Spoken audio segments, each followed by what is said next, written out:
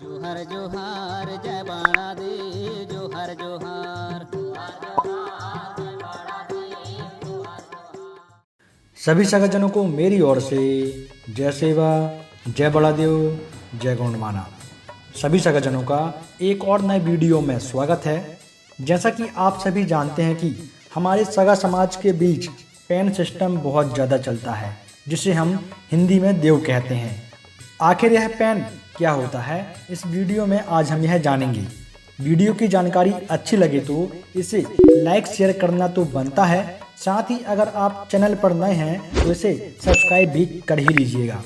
तो चलिए टॉपिक पर आते हैं। अधिकतर हमारे सगाजनों के बीच पेन शब्द का इस्तेमाल बहुत किया जाता है, जिससे अधिकांश लोग जानते हैं, जैसे फड़ा पेन, सजोर पेन, हिमाल पेन, बुढ़ाल पेन इत्यादि। आखिर यह पेन क्या है, इसे समझने के लिए सबसे पहले हम ऊर्जा के सिद्धांत को समझते हैं, जो यह कहती है कि ऊर्जा का ना तो सृजन किया जा सकता है, ना ही नाश किया जा सकता है, बल्कि ऊर्जा एक रूप से दूसरे रूप में रूपांतरित हो जाती है।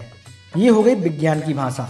जबकि इसी सिद्धांत को हमारे पूर्वज आदि अनादि काल से मानते आ रहे हैं। वह इस बात को भली भांति जानते थे कि इंसान का सिर्फ शरीर मरता है, ना कि उस शरीर में उपस्थित ऊर्जा। हमारा क्वोयापोनेम का सिद्धांत कहता है कि जब इंसान जीवित अवस्था में होता है तब वह वैन रूप में होता है, और संसार में रहकर सभी तरह के क्रियाकलाप से निवृत्त होकर जब वह इस काया यानी शरीर को त्यागता है तब वह पेन रूप में परिवर्तित हो जाता है, यानी एक ऊर्जा से दूसरे ऊर्जा में रूपांतरित हो जाता है, और इसे ही पेन कहा जाता है।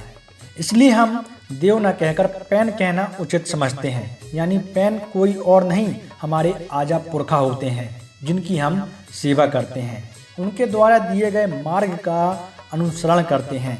क्योंकि जो भी हम सीखते हैं, जो भी हम जानते हैं, उसमें हमारे आजा पुरखों का बहुत अहम योगदान है। जो वो हमें मार्ग देकर गए हैं, उसे मानना हम कोयावंशी अपना प्रथम कर्तव्य समझते हैं। हम किसी भी तरह के आडंबर को नहीं मानते हैं। जो वास्तविक है और जिन्होंने इस मानव सभ्यता को बहुत कुछ दिया है और जो पेनवासी हो गए हैं, उन्हें हम आज भी याद करते हैं, उन्हें सेवा देते हैं। अगर हम अपने फड़ा पेन ठाना जाते हैं तो वहाँ हमारे पेन पुरखा हैं। घर के देवी देवालय में पेन पुरखा हैं, हार खेत में पेन पुरखा हैं, नदी घाट में पेन पुरखा हैं, मेलों खेलों में पेन पुरखा हैं, जंगल में पेन पुरखा हैं। यानी वह हर चीज जिसे हमने अपने पुरखों से सीखा और जिनका भी उस चीज को सिखाने में योगदान है, वह हमारे पेन हैं, वह हमारी पेन शक्तियां हैं। हमारे दादा बाबा हमारे पेन हैं। हमारे पीछे न जाने कितनी पीढ़ियों ने जन्म लेकर इस मानव श्रृंखला को बढ़ाया और आज भी इस जहां में नहीं है, पर वह पेन बनकर हमारे इस सृष्टि में आज भी निवास करते हैं। वह पेन बनकर हमारे दिलों में राज करते हैं। क्योंकि पेन एक ऊर्जा है और आप उस ऊर्जा से जो कुछ भी मांगते हैं, जो कुछ भी सीखना चाहते हैं, वो आपको जरूर सिखाएंगे, पढ़ाएंगे। पर उससे पहले आपको प्रकृति के सिद्धांत पर चलना होगा, प्रकृति को समझना होगा, अपनी रूढ़िवादी संस्कृति में पुनः वापस आना होगा। इस प्रकृति के रहमो कर्म से आप जी खा रहे हैं, तो इसके हिसाब से ही आपको चलना होगा। जिस दिन आप पुनः पूर्ण रूप से प्रकृति बाद में लौट आएंगे, आपकी शक्तियां जाग जाएंगी, आपकी पेन शक्तियां भी पुनः जागृत हो जाएंगी।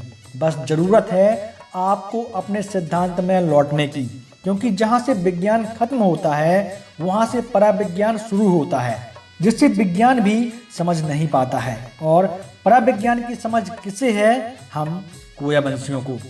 तो चलिए अपनी संस्कृति की ओर लौटते हैं, अपने पुरखा की ओर लौटते हैं, अपनी पेन शक्तियों को पुनः जागृत करते हैं। और वह जागृत कैसे होंगे? जब हम उन्हें याद करेंगे। और याद कैसे करें? उनके पेन ठानों में जाकर। आपका पेन ठाना कहाँ है? जहां आप अपने पुरखों को कुंडा के रूप में ले जाकर साजा के पेड़ में समाहित कर देते हैं। न जाने कितनी पीढ़ियों से साजा के पेड़ में कितनी पेन शक्तियों को मिलाया गया है, अर्थात न जाने कितनी ऊर्जा को उस पेड़ में समाहित, आप उस पेड़ की शक्ति की कल्पना स्वयं कर सकते हैं। आप इस बात का खुद ही अनुमान लगा सकते हैं कि जहां हजारों वर्षों से एक ऊर्जा को समाहित किया जा रहा है, वह कितनी बड़ी शक्ति होगी।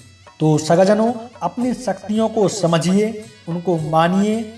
आपने ऐसे ही हजारों वर्षों तक शासन नहीं किया है। इन रहस्यमय शक्तियों, पैन शक्तियों को समझिए और जागृत कीजिए। तो सगाजनों, आशा करता हूं कि यह वीडियो आपको पसंद आएगा और आप वीडियो में कही गई बातों का अनुसरण करेंगे। मिलते हैं अगली वीडियो में एक नई जानकारी के साथ। तब तक के लिए आप सभी को मेरी ओर से जोहार।